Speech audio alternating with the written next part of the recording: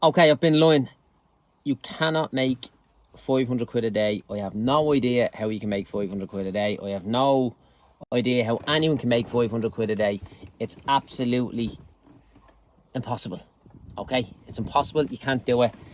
Don't mind all the stuff I've been saying to you. I've been just making it all up, every little bit of it from the start, right? No, that shit, right? Listen to me. Listen, I've had yesterday I just had the most craziest conversation I ever had with anybody, right? And I was like, I'm just gonna make a video about what I was saying, what the way the conversation went, right? So let me let me put this into context for you. A guy messaged us, connected with us, and wanted to book onto a property program, and he never booked on. So I jumped on the phone to him. Took me a few days to get on the phone with him. Turned out he ran his own business. I won't tell you. He's in the construction space, right? He's a tradesman. He's a carpenter. Has a few people working for him. I won't tell you anything about the guy's name or anything like that, right? Just to be fair and reasonable, right? But here's how the conversation went, right? He texted me to say, I'll ring you in 45 minutes. And within that 45-minute window, I was on the phone to a client of mine called Sean. And Sean is a one-man operation, and he's just finished 6 months with us, right? And he thinks I'm a great bloke, and I think he's a great bloke. But the truth be told, he only thinks I'm a great bloke, and I only think he's a great bloke because of how well he's at the performing in the business. Basically, he banked an extra 40,000 euros in 6 months with ourselves, right? So we're chatting away, and we're like, yeah, it's great, and we're talking about it, and he's just like, this is great, and the conversation then yesterday shifted from just how he managed to get 40 grand in 6 months to a property deal. And we're like, there's actually 2 property deals that you can do here. And we're like, yeah. So we're going to have a sit down now during the week about that. So he's moving on to the next level there, which is absolutely great, you know. And I get off the phone, and as I get off the phone to my client Sean, this guy rings me back, which as he said he would, right? So we're chatting away, and he said, I'd nearly do the property training program out of curiosity. You know, I'm more intrigued by what you do as opposed to anything else. And when people say they're more intrigued by what I do as opposed to anything else, really what it means to a certain degree, they would like to see how I do what I do, but they're skeptical. And either they're skeptical because they don't think it will work, or they're skeptical because they got a big off fat ego sitting right in their way, and they won't allow themselves the opportunity to just outwork or outmaneuver the ego, right? So now this guy's a lovely guy, right? I don't know him, just had one conversation on the phone with me yesterday. I don't ever expect to hear from him again, by the way, right? So he says to me, I'd nearly expect to do it out of curiosity. So the property training program is 495 quid. And I said, look, can I make a suggestion to you? I said, you said you'd do it out of curiosity. Here's what to do. The business program is 295 quid. The property program is 495. Don't do the property program. Come and do the business program with us first. And if you don't get value from the business program, we'll just take you off the business program, and we'll use the money you paid for the business program towards the property program. So he doesn't lose any money, but he'll definitely make more money, because it's easier for me to help people make more money in the business program than it is in the property program. It's quicker, it's faster. So we're chatting away, and he just says to me, actually I says, look, let me give you an example. I says, I just got off the phone to a friend of mine there, not a friend of mine, sorry, I just got off the phone to a client of mine, and he's just finished 6 months with us, and he's a one-man operation, and he's banked 40 grand in 6 months. So he basically set aside 30 grand into a savings account, which is part of what we showed him, and he had 10 or 11 grand in his main account. So he's banked 40 grand in 6 months. And your man says to me, oh, look, no, I wouldn't do it. No, wouldn't do it. If you would have told me that man banked 15 grand in 6 months, I would have done it. But you're telling me he banked 40 grand in 6 months. That's not possible. And then he went on to tell me how it's not possible. But before he went on, I says, like, you told me you watched a load of my videos. Oh, yeah, you know what I'm talking about. You know I'm the real deal. Yeah, because earlier on he was congratulating me on what I'd managed to do in terms of the property success, and he's seen that I was almost bankrupt and I managed to turn it around and all that sort of stuff. So he trusted me, he believed me, right? And then when I told him the numbers, he said he didn't believe me. Now, he didn't, the truth be told there, it's not that he didn't believe me. He has just this set of iron blinkers on him, right? Set of iron blinkers that he's never going to allow himself. It's going to be difficult, and hopefully he does. Like, and as I said, I don't expect to hear from him again, but I'd love for him to ring me back. He said he'd ring me back later on this evening, but I don't think he will. And I'll tell you how now in a minute, right? But this man has a set of iron blinkers on. He told me he's 10 people working for him. He probably said 11, but just call it 10, right? I'm going to be 95% accurate with these facts about this man's business. He's 10 people working for him. He's been in business 15 years, and he makes 150 grand a year. And for somebody to be on their own and make 40 grand in 6 months, it's just not possible. It is like just 100% not possible. And I was in business, this is his words, I was in business for like 6 years and I made no money because everything, I was on bread and water basically, and I pumped it all in, and now I've got it. I'm like, that's just an old way of doing things. You don't need to be suffering in business nowadays. You need to learn from the mistakes of others. And I don't even think I got to say that to him, because he was telling me how it was and how it is, and how it is for him is the same for everybody else. And while I was chatting to him, I'm saying to him, well, listen, like, you're looking at me saying you can't make the level of money that I'm telling you I show people to make, and the level of money that I'm saying that I made as well. You're telling me that that can't be done. But you trust me. So, like, you know, here's what to do. If you think you can't do it, do the course anyways. If you prove yourself right and I was in the wrong, I'll give you twice your money back, because that's my guarantee to everybody. Actually, by the way, that is, if anybody wants to do a 21-day business program with me, you might be able to make yourself 295 quid on me. What I do is, this is my guarantee. You do the program, and if you think it's a poor, I'll give you twice your money back. It's as simple as that. But the catch is, you have to do what I say for 21 days.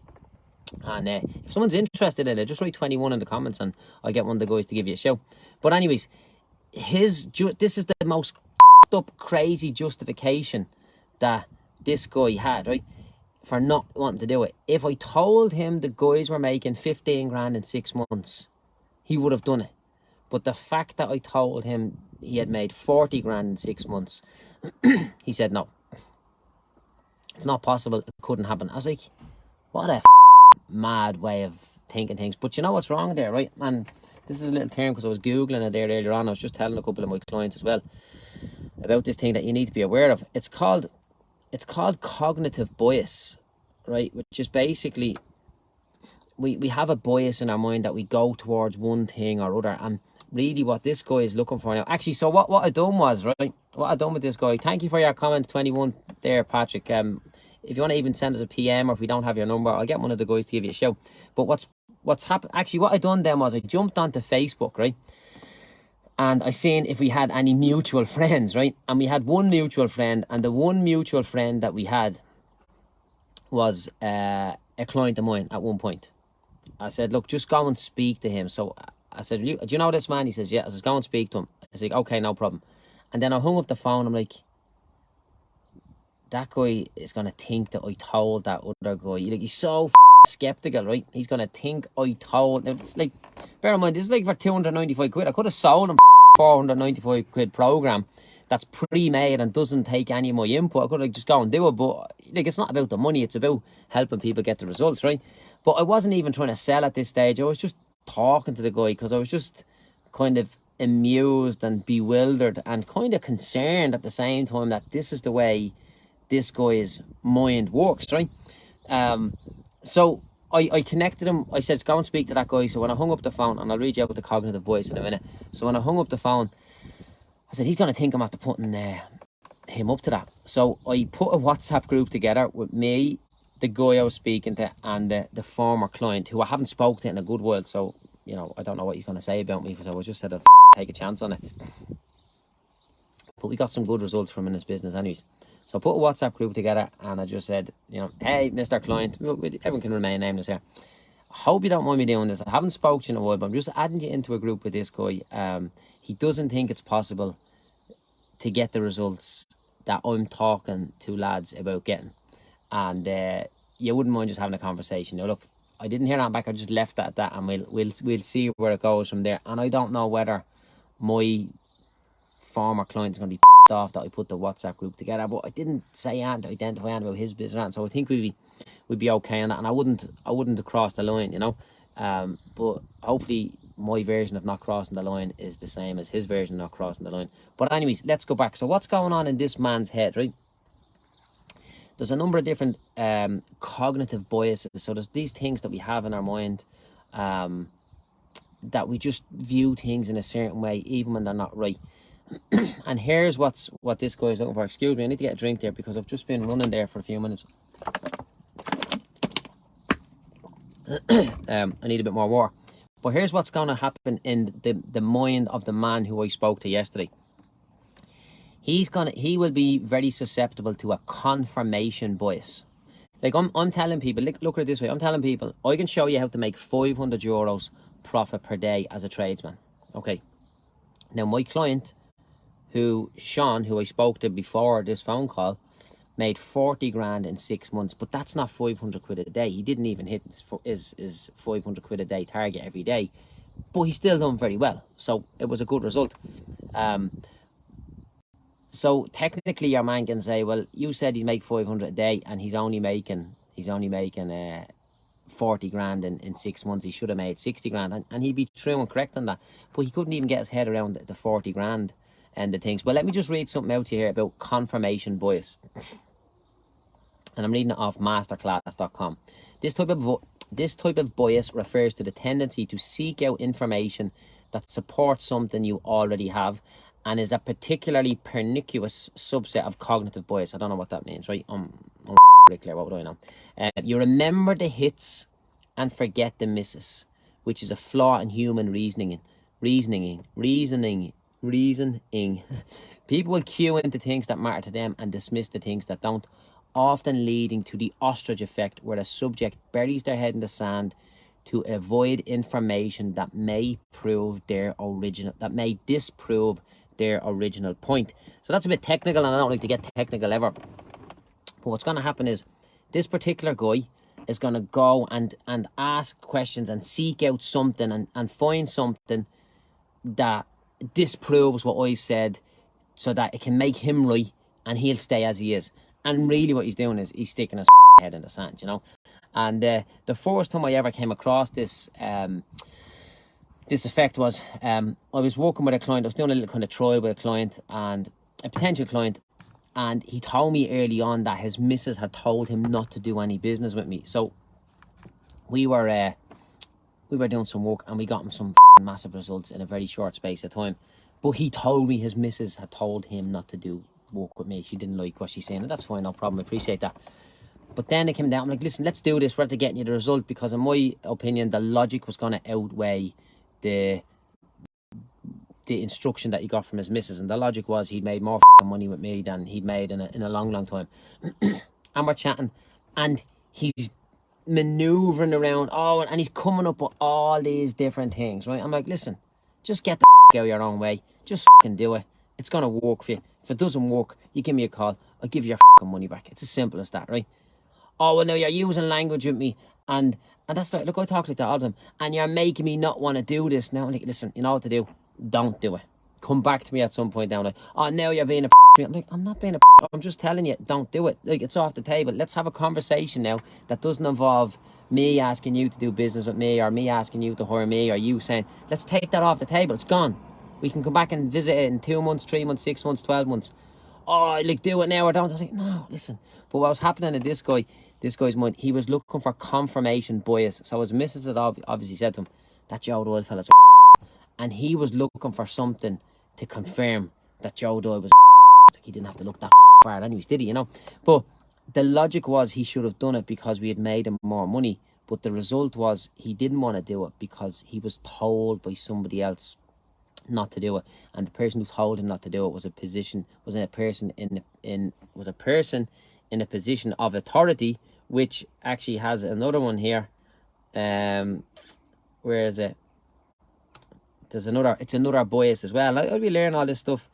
Okay, it's called the halo effect. Let me read that out to you. So this was the other guy. So yesterday on the call was the second time that I had experienced somebody with a cognitive bias getting in their way that just defied all logic in my eyes. But because I had been aware of it just not too long ago, because I've been subjected to it not too long ago, I was aware of it, and I knew, I was like, no matter what I say to this guy, he's not going to believe me.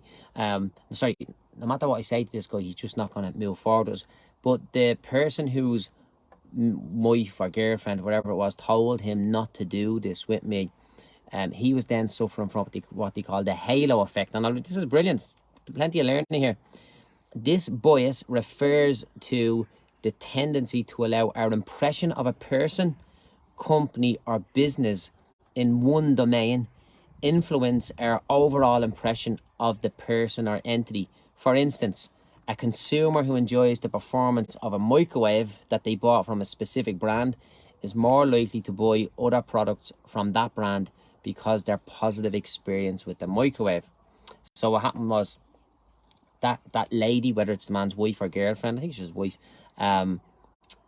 told him, which is obviously someone who he holds in the highest regard possible, and she told him not to do this with me, but like she's probably like not the main breadwinner in the house, because most times when I'm working with lads, they are the main breadwinner in the house, so she doesn't know about running a business.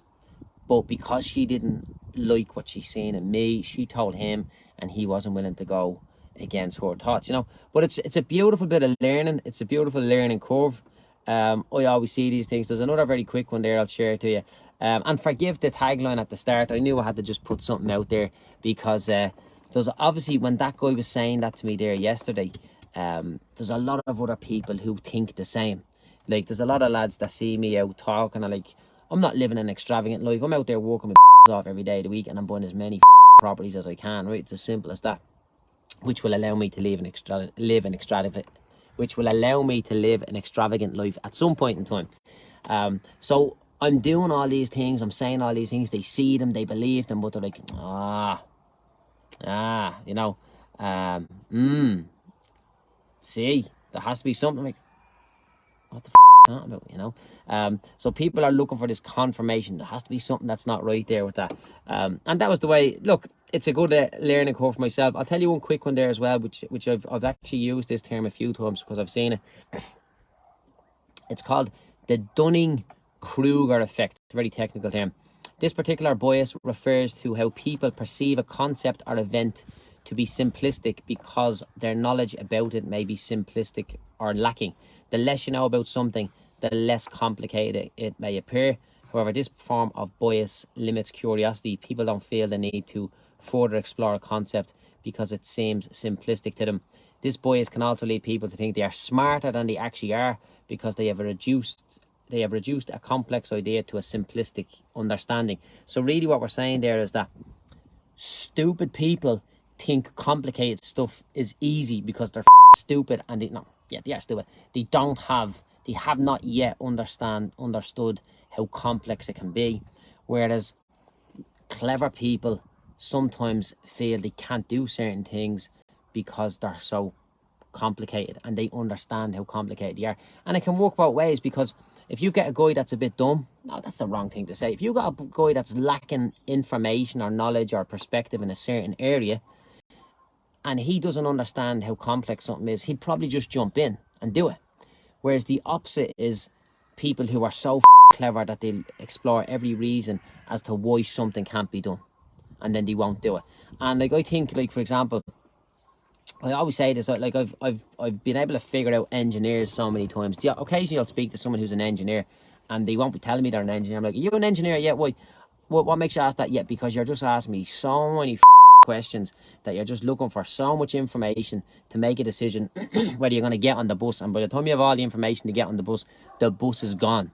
And I think it's a what would you say? It's a fine balance between, you know, too much brains stop people from taking action, and then not enough brains causes people to make mistakes. But if you don't make mistakes. There's two ways that you won't make a mistake. There's two ways you'll fail. You'll either fail by action, so you won't know what you're doing, you'll take a chance on it, and you'll realise it's a bigger deal than you ever thought it was, and you'll fail. So that's failing by action. And then the other one is you fail by default. That you've, geez, a bee coming in there. You'll fail by default, and that means you've looked at it, you've decided something so complex that you can't do it, and you're just not doing it now because you know you're going to fail. So in both instances, the subject of the conversation has failed. But one guy, and the guy that's not as smart as the other guy, has failed by action, and the smart guy has failed by default. But here's the thing. The guy who failed by action has now got the experience of the failure behind him, and he can go again. So, you know, a guy said to me before, and I always remember, you can make a hungry fella sharp, but you can't make a sharp fella hungry. And I thought, that's a great thing, you know, because there's too many lads out there that's so clever, but they do absolutely nothing at all because they're just too clever. It's as simple as that, you know. So guys, thanks for watching this video. If anybody wants to get a bit of info or interested in doing something with one of our 21-day programs that I was chatting there at the start of this video, just type 21 in the comments. If you're watching on Facebook, type 21 in the comments. If you're watching it on YouTube, you can type 21 in the comments as well, but you're going to probably need to message the Facebook page, or you're probably going to need to send an email, info@joedoyle.ie, before we can get back to you, because we can respond to you on Facebook on the comments, but we can't respond to you directly on YouTube, other than just give you an email address to reply to. Anyways guys, thank you for being here. See you at the top. Have a great day.